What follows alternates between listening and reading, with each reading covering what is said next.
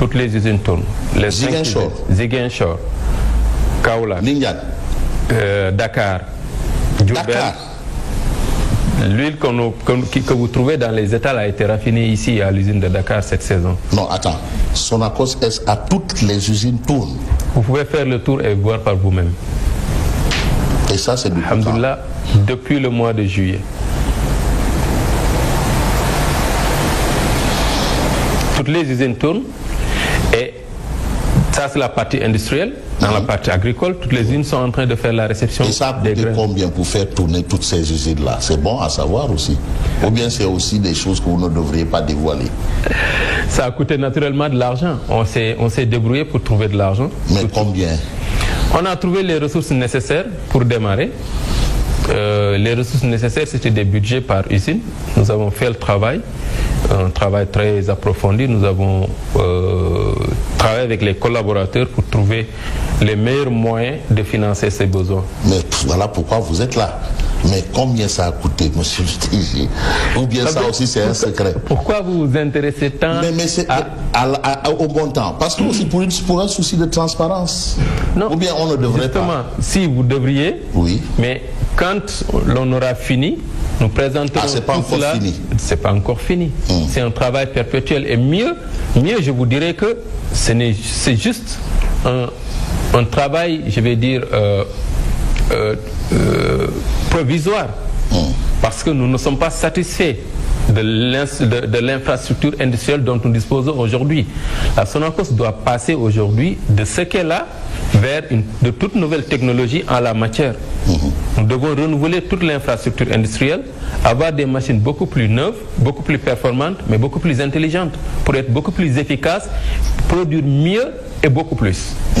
Donc nous sommes en train de travailler aussi sur ça, avec d'autres partenaires pour voir comment financer la nouvelle infrastructure de la Sonacos qui nous permettra de produire encore mieux.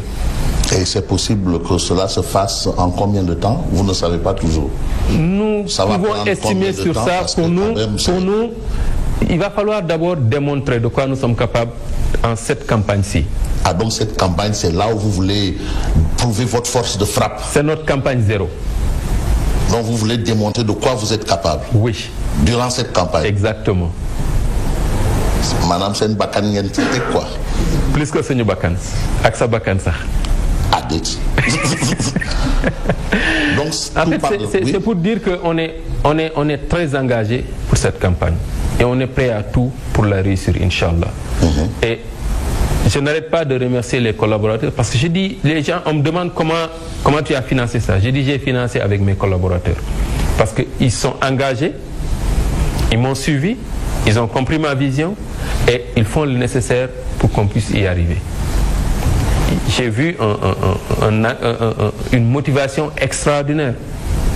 Certains me disent non, c'est avec ma façon de faire que les gens sont beaucoup plus motivés. Je dis je ne vais pas compter ça, je vais juste dire que ce que j'ai constaté, c'est que depuis que je suis arrivé, j'ai vu des gens motivés. Ils sont en train de faire un travail extraordinaire. Aujourd'hui, c'est une fierté de dire qu'on est à la Sonacos.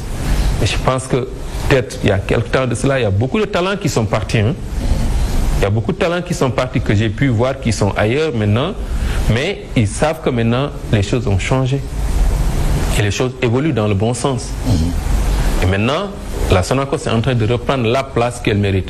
L'autre jour, l'équipe commerciale est sortie sur le terrain en faisant la promotion de nos produits que vous connaissez, Niani et Ninal. Mais ce qu'ils ont dit, on va faire la campagne Jeli l'Uniumum.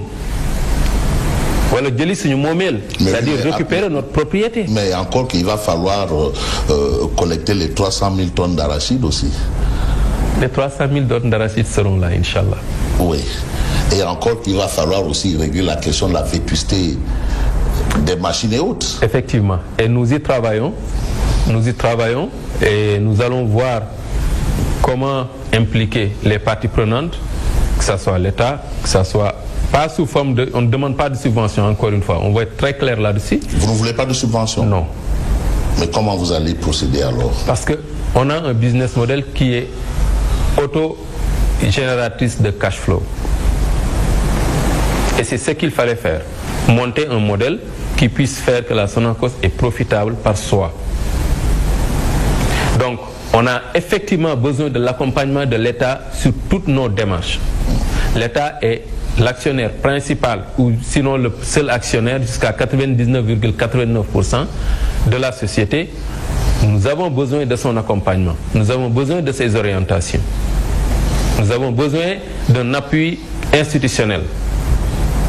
Mais nous devons générer de l'argent, retourner vers notre actionnaire, lui dire voilà comment on a géré ce que vous nous avez confié et voilà ce qu'on vous apporte comme dividende.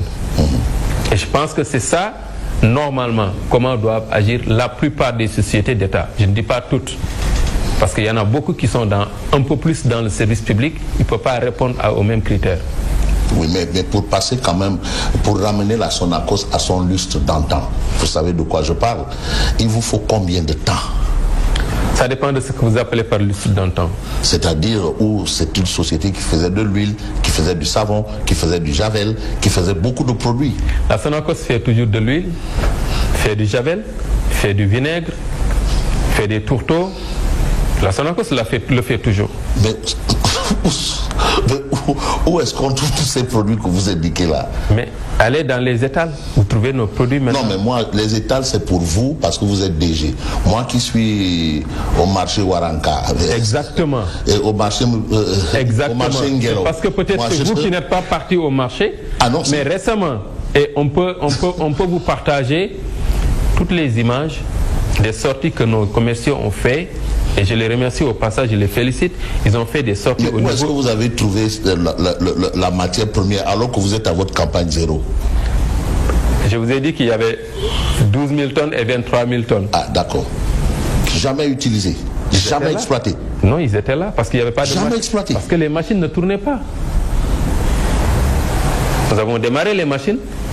Nous sommes en train de structurer, nous sommes en train de transformer. Donc, actuellement, vous exploitez la collecte que vous avez pu obtenir des 2 précédentes campagnes qui n'ont jamais, au grand jamais été exploitées. Exactement. Waouh. Bon, de toutes les façons, quand même, on va peut-être attendre le résultat de ça. On a parlé des machines et autres, mais et le personnel de la Sonacos? Vous voulez parler de mes guerriers? Oui, ce sont des guerriers. Ah oui. Donc, le débat autour de la privatisation, parce que ça a été agité à une certaine durée. Je pense que ce débat n'est plus d'actualité. Ah bon? Non. Parce que c'était un débat autour de la privatisation de la Sonacos. Ce n'est plus d'actualité. Même l'ouverture du capital à d'autres de la Sonacos. Parce qu'il faut comprendre que la Sonacos a été renationalisée à une certaine durée. Effectivement. Est-ce que c'est pas ça qui a coûté un peu ce souci qu'on a évoqué tantôt là, des problèmes de vétusté et autres, à votre avis? Il me sera difficile de donner un avis clair là-dessus. Pour la bonne et simple raison que je me suis absenté du pays pendant très longtemps. J'ai été expatrié dans d'autres pays, travaillant dans le secteur privé avec d'autres grandes sociétés. Et c'est lors de ma nomination que je suis rentré pour travailler à la Sonacos. Je ne savais même pas où se trouvait ce bureau. Ah bon? Jusqu'à 2 jours avant mon nomination, je ne savais pas où se trouvait ce bureau. De la Sonacos? Oui. Vous n'êtes pas né au Sénégal, vous n'avez pas le droit? Mais moi, je suis Thiessois. Ah, mais être Thiessois et ne pas savoir où se trouve le bureau de la Sonacos, quand même.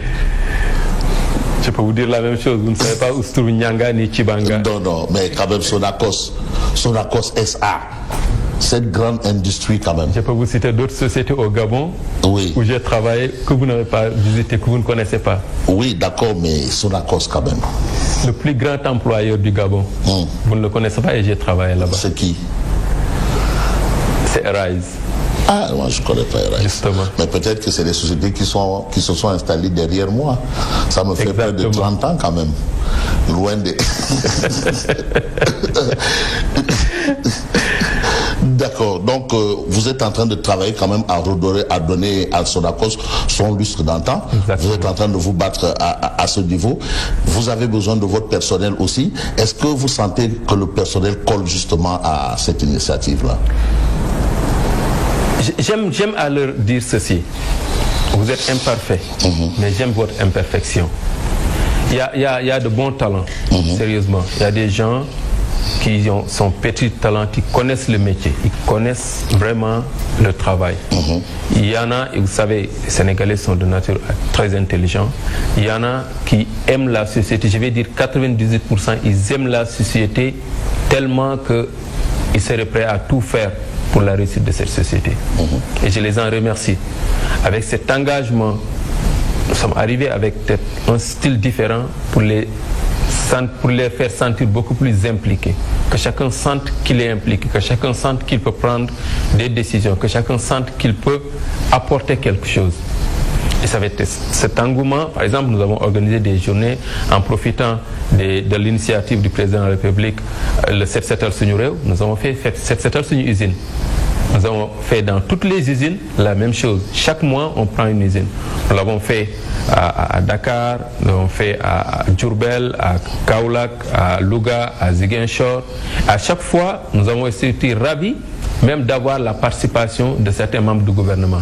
Et la dernière édition, qui était ce mois-ci, nous avons eu la visite du ministre de l'Agriculture, notre ministre de tutelle, mais aussi le ministre du Tourisme qui était là, et ça nous a fait beaucoup fait plaisir, et ça démontre comment la famille Sonacos est soudée, comment ils sont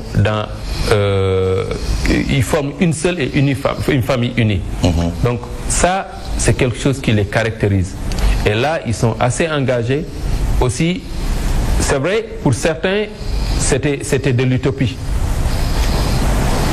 Quand je disais que nous allons faire tel volume, je disais que peut-être celui-là, Mais aujourd'hui, il y en a qui me disent qu'ils croient encore plus que moi à cet objectif. Donc, vous voyez, ils ont adopté cela et ils travaillent pour. Et ils sont en train de faire de beaux résultats. Machallah. Mais il faut aussi noter que de 26 milliards, votre budget est passé à 52 milliards aussi. Ça aussi, c'est un fait qui vous a facilité les choses. De 26 milliards de... Pour acheter les graines. Qui a donné ce budget de 26 milliards? Je ne suis jamais... Vous n'êtes pas informé de ça? Non. Non, ce n'est pas le cas. Je n'ai jamais été au courant de 26 milliards. Je ne sais même pas, ça correspond à quoi les 26 milliards? Ça correspond à quoi? Vous ne savez pas? Non. De toutes les façons... Je vais vous dire mon budget. Oui. Voilà. J'ai un budget de 100 milliards 500 millions à donner aux producteurs d'arachide. 100 milliards 100 milliards 500 millions à donner aux producteurs d'arachide du Sénégal. Ça, c'est l'équivalent des 300 000 tonnes que je veux acheter. Mais donc on n'a plus besoin d'exporter alors? C'est les 300 000 tonnes. C'est l'équivalent des 300 000 tonnes.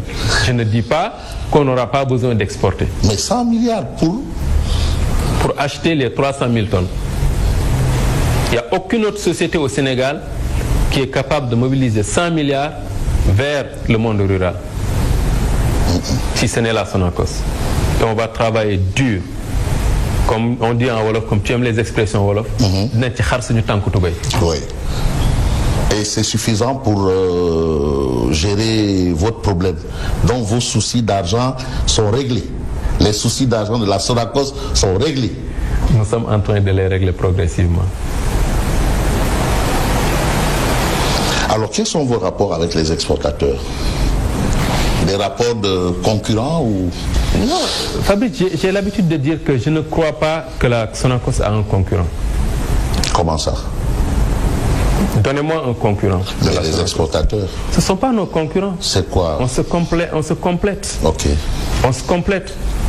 Les exportateurs peuvent avoir besoin de la Sonacos, comme la Sonacos peut avoir besoin des exportateurs. Aujourd'hui, je vais dire, les so-called exportateurs, c'est-à-dire ceux-là qu'on appelle exportateurs, pour moi, ils sont venus, j'en ai reçu un. Je suis en train de discuter avec, je vais les nommer avec Copega. Je suis en train de discuter Vous discutez avec Copega? Avec Inopea, oui. Vous êtes d'accord avec Copega? Mais il n'y a pas on n'a même pas de point de désaccord. Vous parlez d'accord, il n'y a pas de point de désaccord. Entre Sonacos et Copega? Pourquoi il devait y en avoir? Mais parce que les uns sont pour l'exportation et vous, apparemment, est-ce que vous êtes très chaud pour les exportations? On a convenu sur une formule et nous sommes en train de travailler sur cette formule. Avec Tam, c'est mon